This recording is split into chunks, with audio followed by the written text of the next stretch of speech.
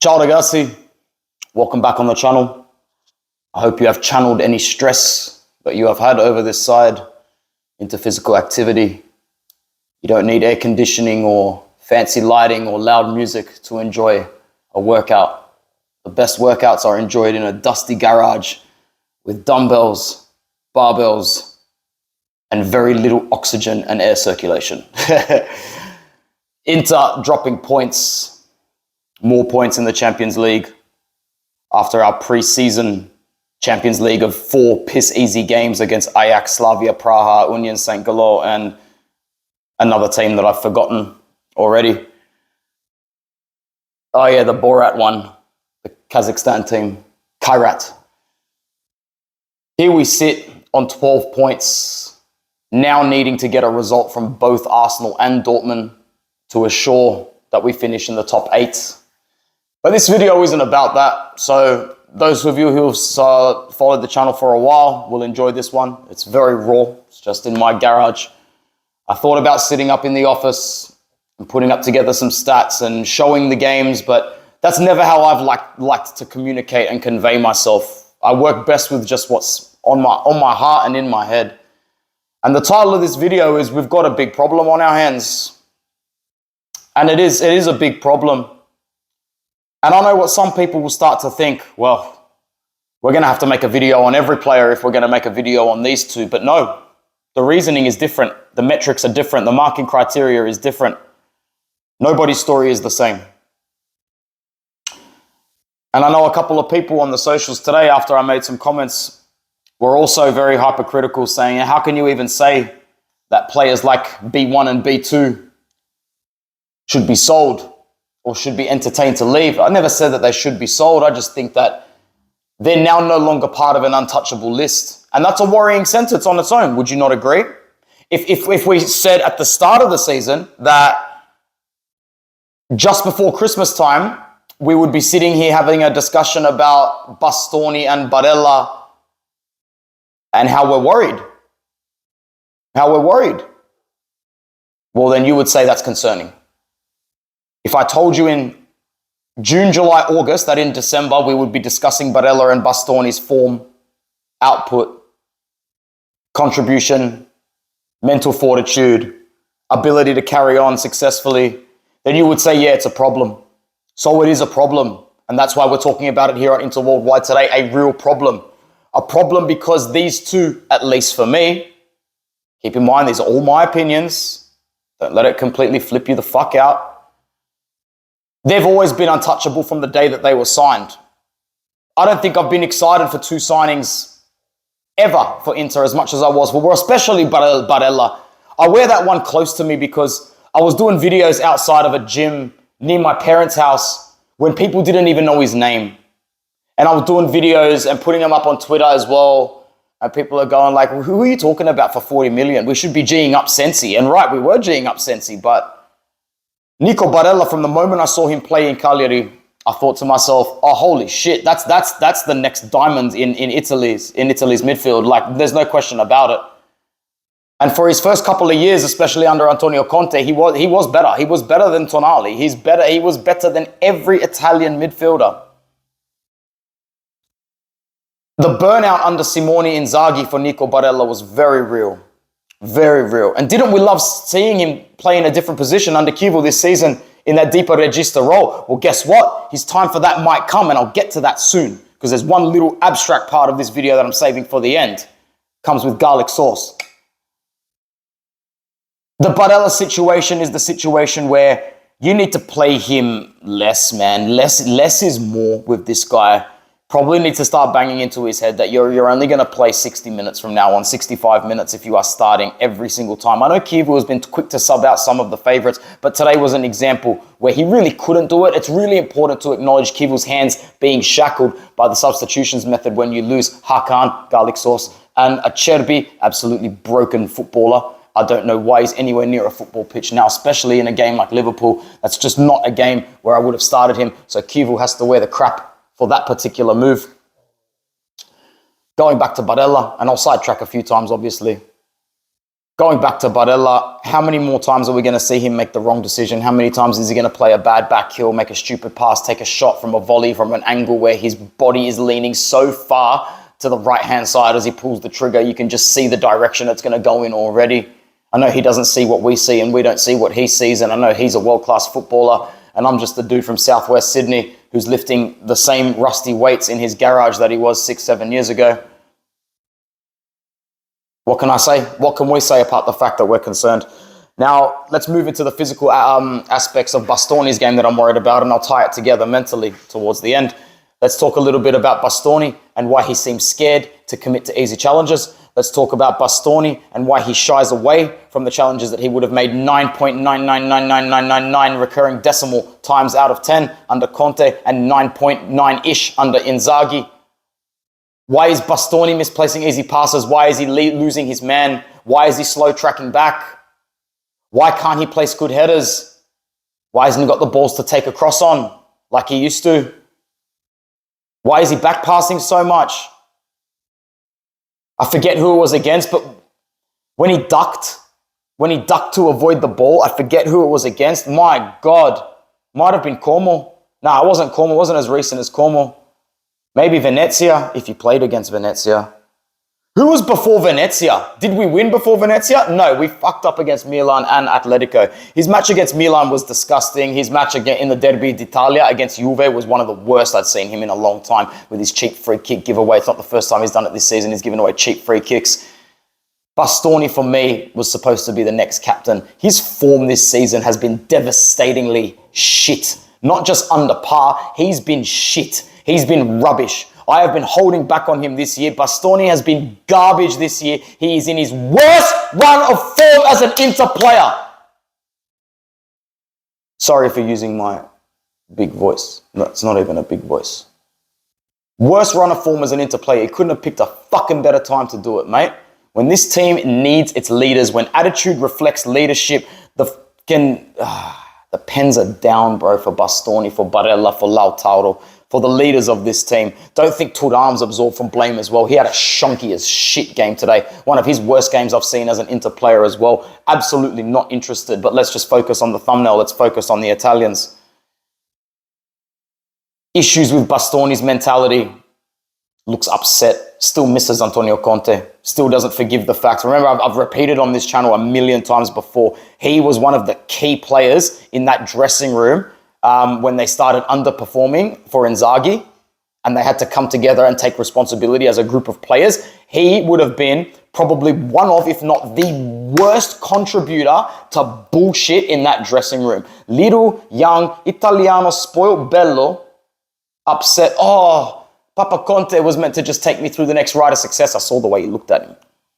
Can't fake. I don't need 11 years of psychology up my belt. You can't fake body language and you can't fake the psychological projection of energy that a lot of our players have portrayed. Inter, if you know this club intricately in and out and you follow it every day like we do, like we follow a gospel, you know your players really well. You can't fake this shit. You can't fake this shit, Lukaku. You can't fake it, Brozovic. You can't fake it, Mauro. You can't fake it, Raja. You can't fake it, Hakan. And you can't fake it, Lautaro either, no matter what the fuck you say to me either. And Barella, you can't fake the fact that you are heartbroken, gassed, depleted. You don't want to, it's not that you don't want to be here. Trust me, Barella wants to be here. If he wanted to, he could have jumped ship by now. He could have entertained the idea to the Premier League or even to Real Madrid. Okay. He was here during his best years, like Sharma pointed out in his live stream today. And he'll probably be here beyond his best years. Bastoni, on the other hand, is the guy I've had to start to rejig my thoughts about because for a good maybe year and a half, 2 years, I've thought this is the natural heir to the captain's armband. Nico Barella calls himself, an Inter fan-ish, but we know that Nico Barella by blood and birth is a Cagliari fan, and he'll finish his career at Cagliari. Federico Di Marco is the pure Interista in this group, but he's not good enough attribute-wise, or he's not captain material, he's not leader material. Bastoni is as close to an Interista as you'll get. Inter fan, born into a majority Inter family, and really under Conte and Inzaghi, you felt like this was the guy, apart from Federico Di Marco's pure fandom, that Bastoni understood this club the most, that he loved this club the most, that the heir to the armband really does have his name on it. His body language and the way that he's reflected himself this season, combined with the fact that we already know about his little bitchy boy antics when Conte left, hey man, I'm not saying he should be sold. I'm saying we're allowed to do a video and have a conversation about it. And we will keep having conversations about it. We'll keep having conversations like this. These are the easiest videos for me to do. They don't require any setting up. They don't require anything. I just do them in my garage. So if you are liking this video, like it and let me know in the comments. The least you can do, just let me know if you're enjoying the video and I'll keep doing videos like this. If it means putting out content versus no content, I'll do it. Because I'm sure that those who have followed for a long time notice when I go through spells where I'm busy or just not motivated, you'll see the content switch from thumbnails and lives to shorts. And the only least thing I can do for you is to keep putting out content every day or every second day, at least every second day. Even if it's just a short, it's better than nothing. So sorry for the sidetrack. Let me know in the comments below if you enjoy these little diary sessions. It's a good season for diary sessions. It's a good season for vans. It's a good season for vans cars. I feel like doing a set in between the video. So the Barella and Bastoni situation is now they can't be put in the untouchables column. To be fair, nobody really after last season should have been in the untouchables column. I've reverted back to this a lot, but when you bomb a season and you bomb a 5 months the way that we did from January to May, 2025 no doubt will go down as the most disappointing disappointing year I've ever had as an Inter fan. The most disappointing year I've ever had as an Inter fan. That's crazy. We're including this in a timeline of 33 years where we went 10 to 11 seasons straight without the Scudetto in the Banter era, fielding players like Jonathan, Kuzmanovic, Wallace, Alvaro Pereira, Jan Envia, ooh, well done. Schelotto, ooh, beautiful. We love those, we love those.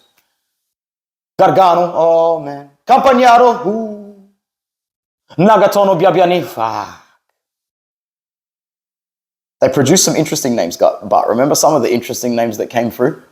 Like, we all had a little soft spot for Freddy Guardian. We all had a little bit of a thing for Rodrigo Palacio, still got his jersey. Hey man, even those little signings like the Pablo Osvaldos, the horrendous situation of Zerdan Shaqiri and Lucas Podolski. I found out about these signings when I was on a cruise ship with my family, last family holiday I went on. And with cruise ships, there's no fucking Wi-Fi, there's no reception. You have to pay for it basically, and it's expensive. It's like something like $10 for 10 minutes or something ridiculous like that. Like it was so much money. And I remember just waiting until a certain day. And then I clicked it one day and we were so close to making it official. And I waited 2 more days on the cruise ship and I read it and I forget which one it was on deadline day. It might have been Shaqiri or Podolski. But there were some signings we still got gassed over. But anyway, I digress. This season, the most disappointing season. I said it on my last video and someone commented as well. I hate being competitive and coming away with nothing. I would rather be in a banter era than experience 2025 habitually over and over again. This ain't healthy. This ain't healthy for fans as dedicated as us. You fly too close to the sun and get burnt, man. People that are hung back are going to laugh at you and go, haha, we weren't that stupid. You were dumb enough to have a dream. Barella and Bastoni. Is their time at Inter up for review? So let's ask a couple of questions and you can put it in the comments as well. And once again, don't get butthurt or upset. If you were to sell, if clubs were to come in, purely hypothetical, let's say an English club like a City or an Arsenal, a Chelsea, a Liverpool, or even a Manchester United, or let's face it, these days in the Premier League, players would jump from Serie A to Spurs, to Aston Villa, to Everton, to Brentford, to Sunderland, to West Ham. They do it. They would fucking do it. They would do it. The Serie A in Italy is its own problem. So let's just say an English club comes in with an offer upwards of 70 million euros for either Bastoni or Barella. Anything under 70, I'm not looking at. And you might even hear that number now and go, you know what, it's a lot of money. Bastoni's 27 years old. Who's dropping 70 million on a 27-year-old? Yeah, I know it's a defender and they've got a lot of years ahead of him, but he's not exactly having a great season. I've never heard of 70 million being offered for an out-of-form centre-back who got rinsed 5-0 in a Champions League final. I have never heard of 70 million being offered for that. At the end of the day, sometimes when you're vulnerable and weak,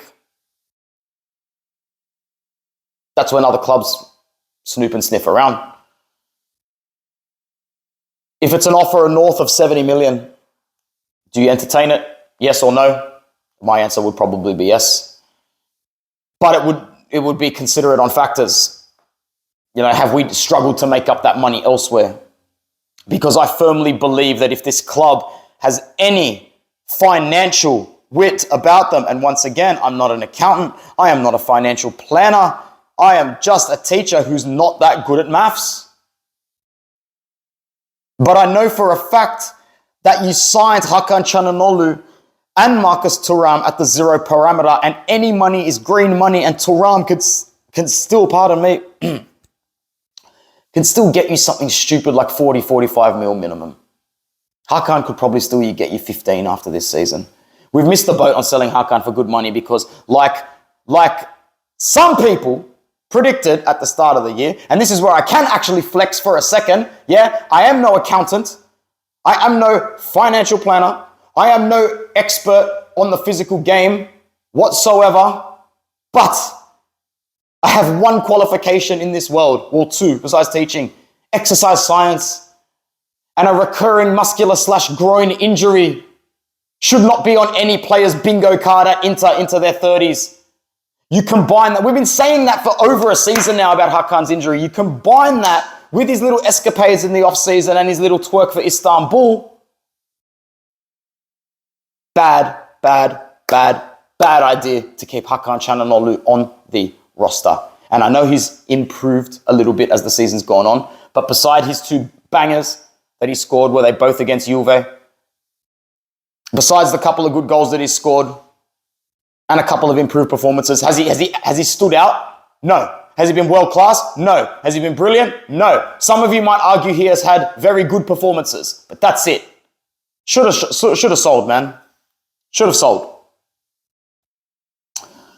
What else did I take issue with today? Or what else are we taking issue with at the moment? I've just drawn a blank because I started to get angry. Yeah. With the money that you can get for the players like Hakan and Thuram, this would be the considerate factor for me about selling these two players, Barella or Bastoni. Once again, I'm not saying that we should sell them. Those of you who know me know that I would sell at least 10 players on this roster before I even entertain the idea of letting one go. But the fact of the matter is that sometimes you need to take into account variables, and a big matter of that is if you are in debt, the variable is who can get you the most money. In our situation, a great double-edged sword to that, the great double whammy to that would be who can get you the most money at a zero parameter, big plus Valenza, because you got them for free. Hakan and Thuram, two starters, still there, ready to go. At the end of the season, that is. Yes, we're entertaining this kind of talk now because I actually have very, very little faith in this squad. I haven't had faith in them. I don't believe that psychologically you can back up last season very well, and we still go into games starting all of the players that got rinsed from last season. Francesco Acerbi, brother, who you take that as a warning sign to all defenders once they hit that 36, 37 mark, man. Like, you are very close to getting rinsed, and it ain't just going to be by Lionel Messi on Jerome Boateng, man. It's going to be dirty. Like, Barcola already rinsed one of this guy's ass cheeks, and like the second one got absolutely slapped by Ekitike tonight, who is an absolute baller. It's not Acerbi's fault altogether. Christian Kivu made a mistake starting him in a high-tempo, high-line game like Liverpool. It was never the right option. Never the right option. Anyway, I think I can stop now. That's like a 20-minute vent. Wow, that went a lot longer than I thought it would. So, not completely all doom and gloom. It's just that Christian Kivu's record against big opposition is, well, it hasn't started yet. Hasn't started yet. We can't sit here and celebrate. Roma doesn't count. Atletico Madrid, Liverpool, Milan, Napoli, Juve. L.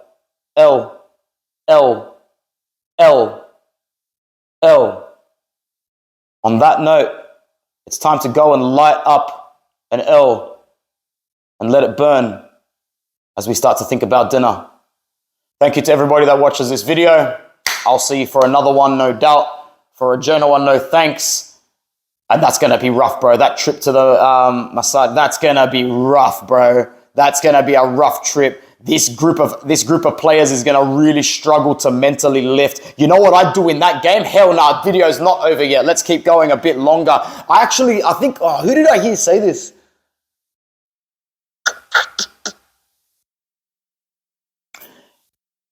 Kivu has got a very premeditated starting 11 of who he perceives to be his best 11, bar Dumfries being out. With this group of athletes, you need to tinker even more. I like the way you're bringing players off a little bit earlier. I like the way you've subbed Lautaro off multiple times this season when he's been batshit. I like when you've subbed Barella off when we don't need him anymore. I like that. Tinker even more. Bench them. If you think they're nervous, if you think that the game is above them, if you think they're not mentally able to rise, bench their ass. You ain't got Joaquin Correa, Marco Arnautovic, or Mehdi Taremi to look at. Espor can start against Genoa. Boni can definitely start against Genoa. Start a couple of freshies, man.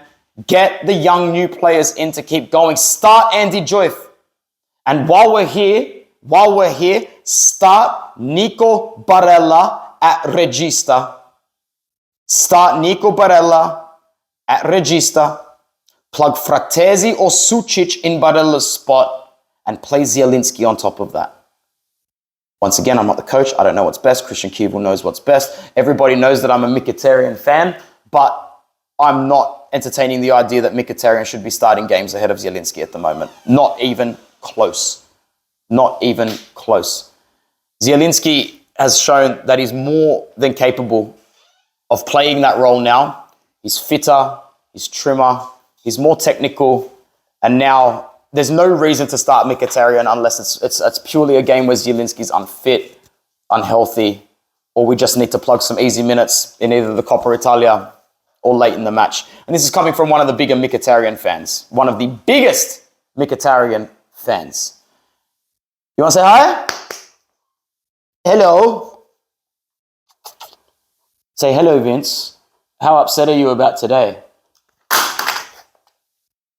Vince is upset about today. Anyway, guys, on that note, that's it from me. Ciao.